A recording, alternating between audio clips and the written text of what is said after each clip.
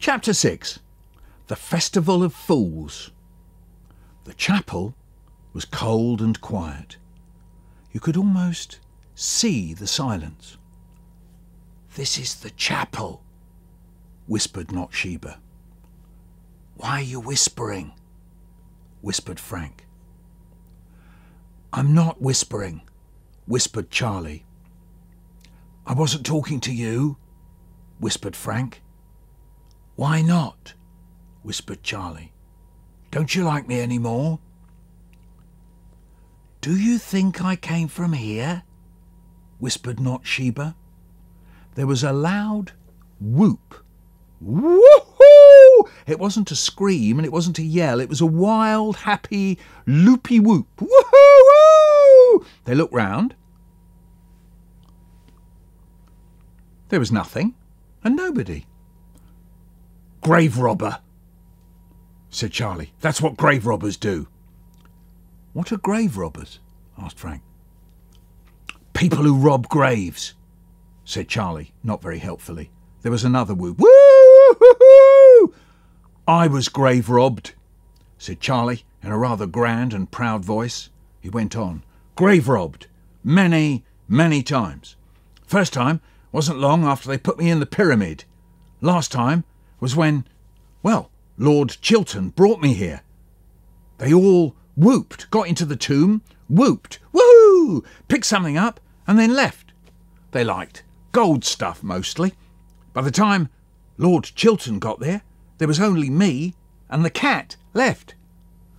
Good enough for him. He whooped, woohoo, picked me up and left like the rest of them. Mind you, if I'd stayed there, I'd never have got into films, would I? When I'm a star." "I wonder if they whooped when they found me," said Not-Sheba. Frank was thinking he didn't much like whooping, especially in this cold, silent place.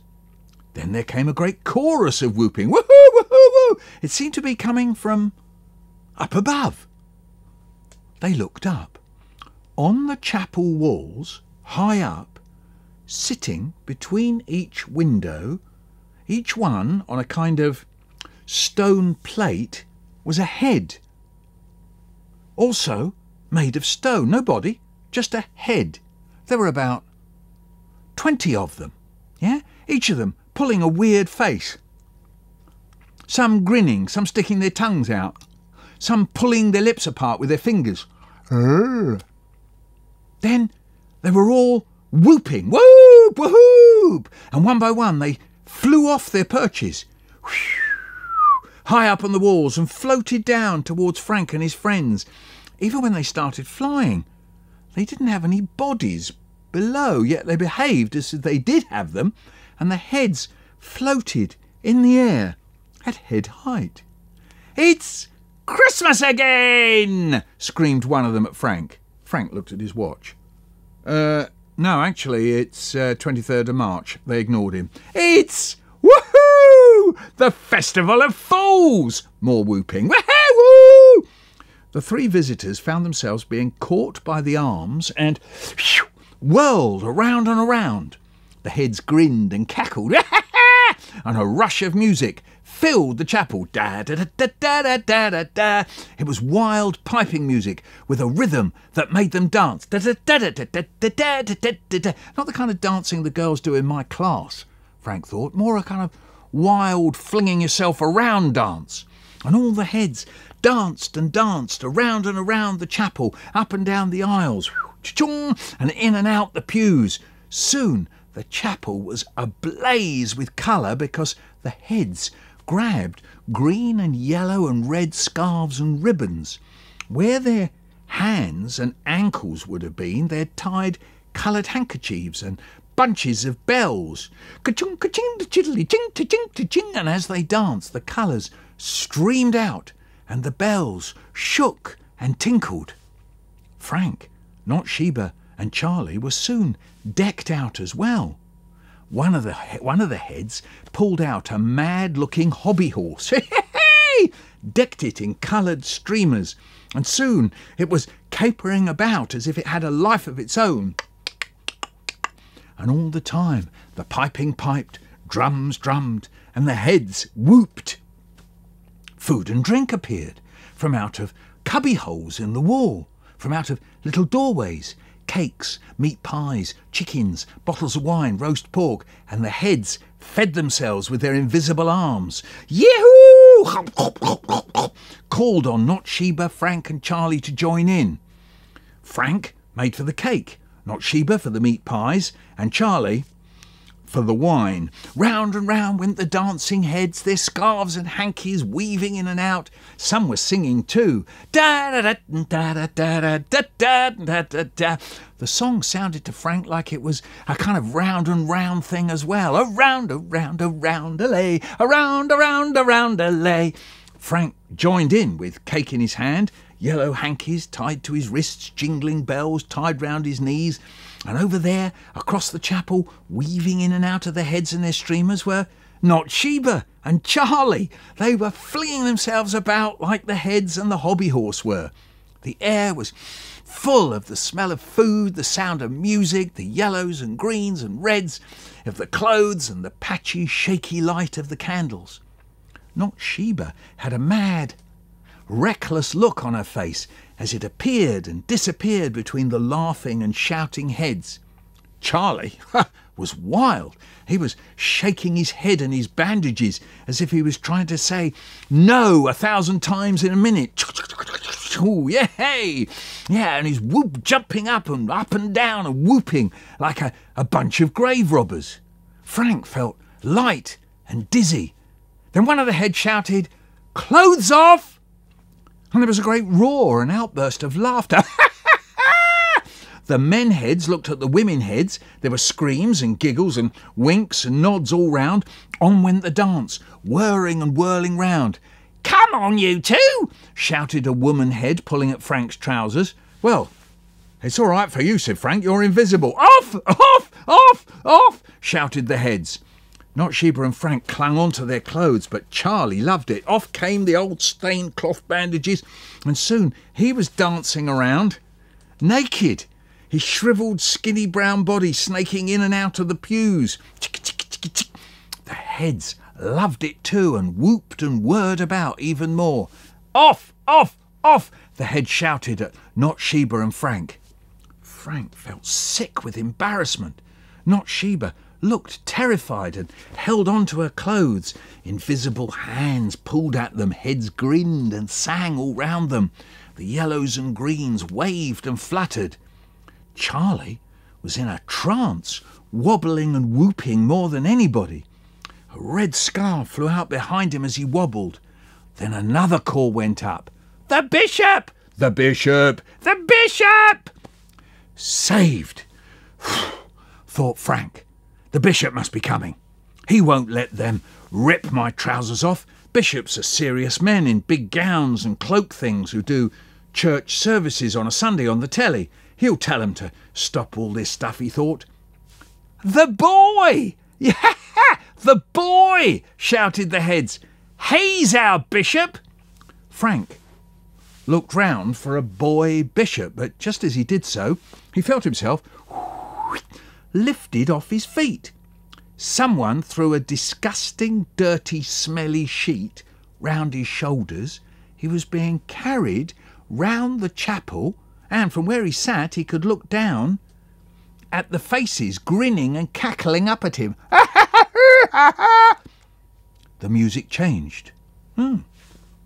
This sounds more like hymns, he thought.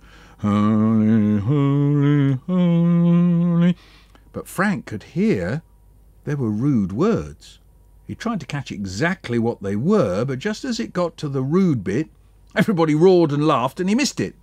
One he made out was something to do with loving God with all my heart, something makes me...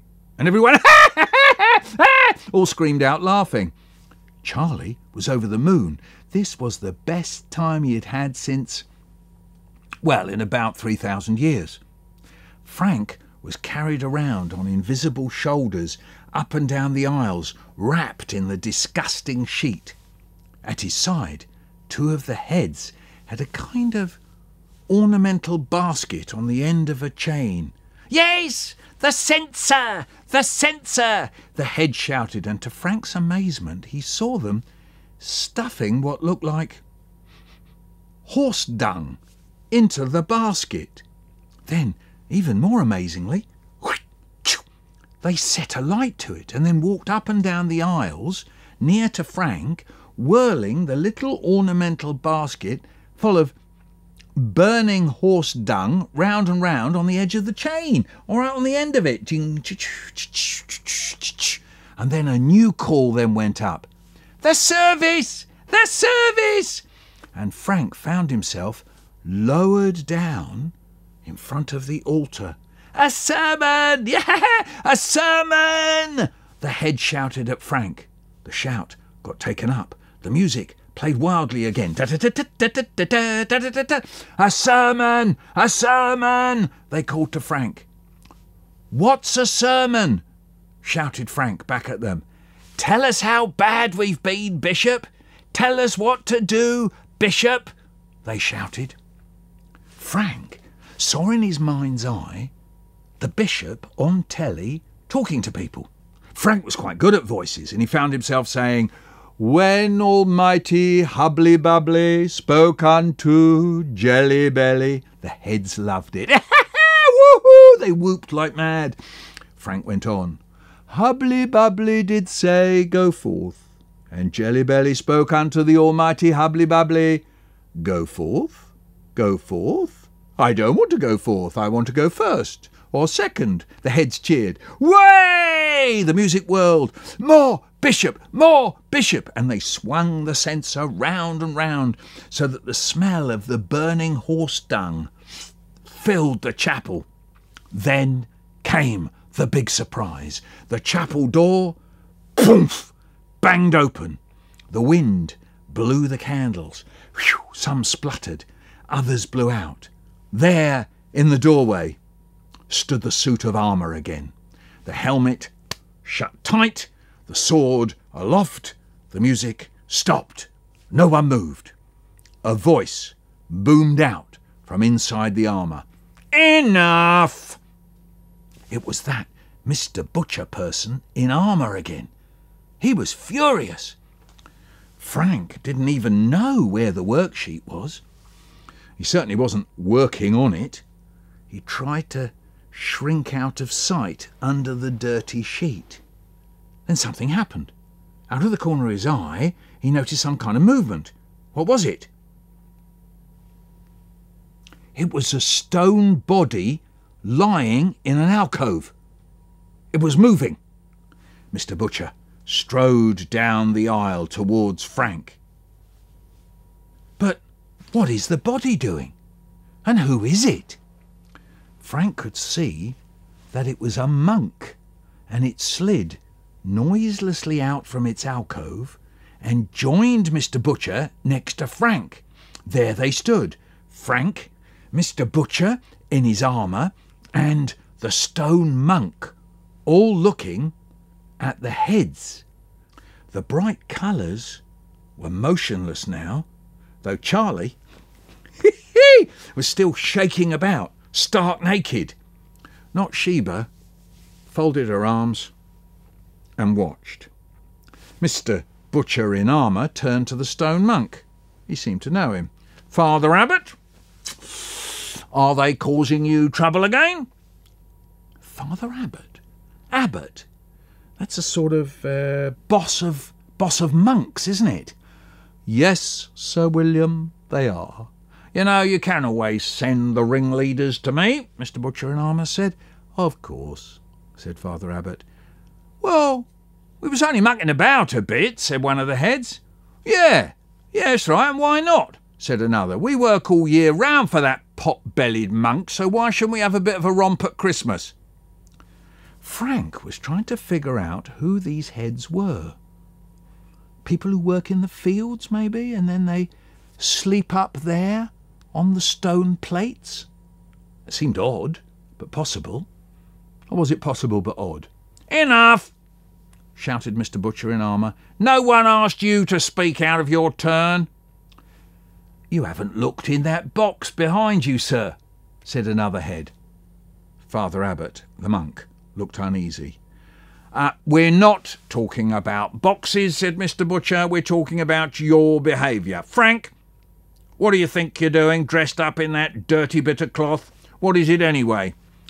It's my worksheet, said Frank. Look in the box, sir, said one of the heads. Charlie had stopped shaking and now stood next to Not-Sheba. Gee, I so love musicals. Have you seen Jesus Christ Superstar, Hello Dolly, Mary Poppins? Not-Sheba shook her head. Oklahoma, Starlight Express, Joseph and his Technicolor Dreamcoat. Not-Sheba shook her head to all three.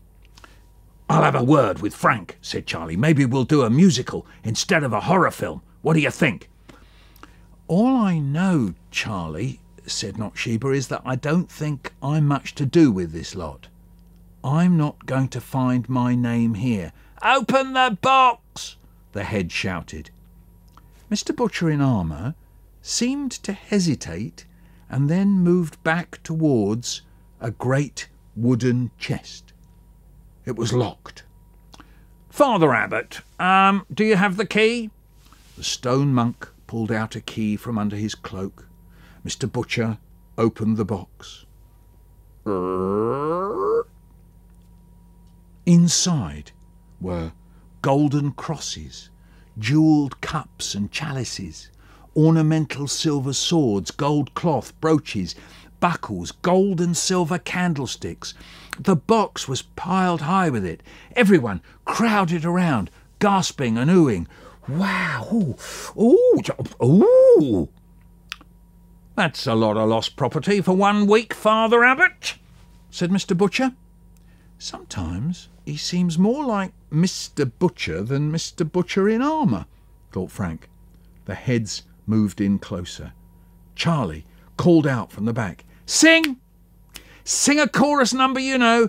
Jesus Christ, Superstar, who are you? Who do you think you are? Well, Father Abbot, said Mr. Butcher in armour, I have a letter here from the King. He says,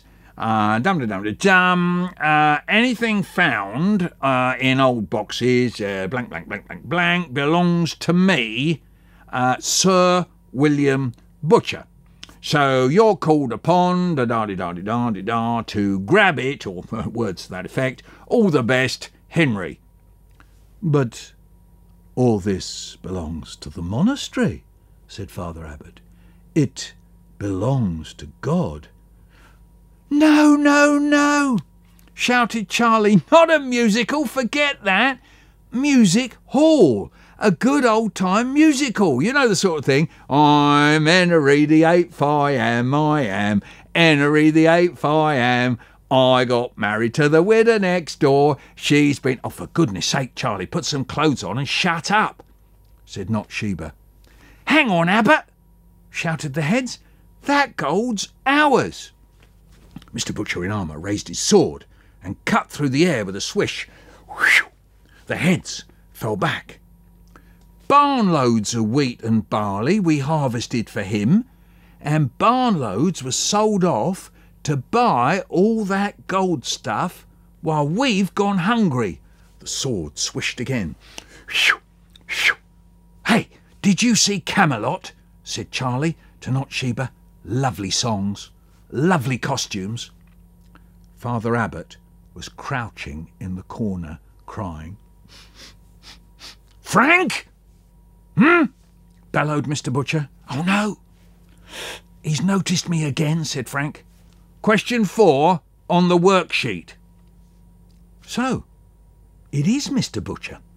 Frank pretended to look very closely at the dirty sheet round his shoulders. Yes, sir, said Frank.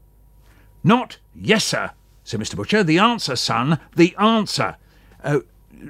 What was the question again, sir? Question 4. Who received the chapel and several thousand acres of land belonging to the monastery as reward for his services to the king? Charlie sung out, I'm a eightfold man called Henry. I'm Henry the... Not-Sheba covered his mouth. Frank looked blankly into the far distance. One of the heads stared back and shouted, Sir William Butcher, the first Lord Chiltern. Butcher, the same name. Yes, sir, said Frank. It's Sir William Butcher, the first Lord Chiltern. Good, son, good. Fill it on the worksheet, and for goodness sake, said the man in armour, sounding distinctly like the Mr. Butcher he knew, prodding Frank with the end of his sword, get a move on, lad. At that, Mr. Butcher in armour flicked his fingers at a few of the heads and pointed at the box. Turning to Father Abbot, he said, the king has wars to fight, wives to find, feasts to eat, you know. On to London, you lot. The invisible arms lifted the box. Mr. Butcher in armour strode off through the chapel door, followed by the heads carrying the box. Other heads mumbled and grumbled their way back to their perches between the windows, talking to each other. For services to the king, all William Butcher did was chuck the poor pot-bellied abbot out and supply his own pot-belly instead. Yeah, didn't make the difference to us. Yeah, no difference at all. Nice for old Butcher, though. He got a lordship out of it. Lord Chiltern now, wasn't he? Just from digging the sword into the abbot's ribs, relieving him of his gold and handing it all over, to King Harry. Nice for some, eh? Father Abbot went back to his dark alcove in the wall, still crying. Frank, Not-Sheba and Charlie looked at each other. Well, at least we've started at the beginning of this place. Well, like I said we should, thought Frank. Thanks for watching, and I hope you enjoyed the story about Frank's adventures at the stately home. Maybe the next time you visit a museum or stately home, you'll be able to look at the objects on display there and wonder where they came from and what their story is. You might want to write your own story inspired by them. Frank also appears in You're Thinking About Doughnuts, which you can find here on Kids Poems and Stories with Michael Rosen. Don't forget to subscribe to this channel.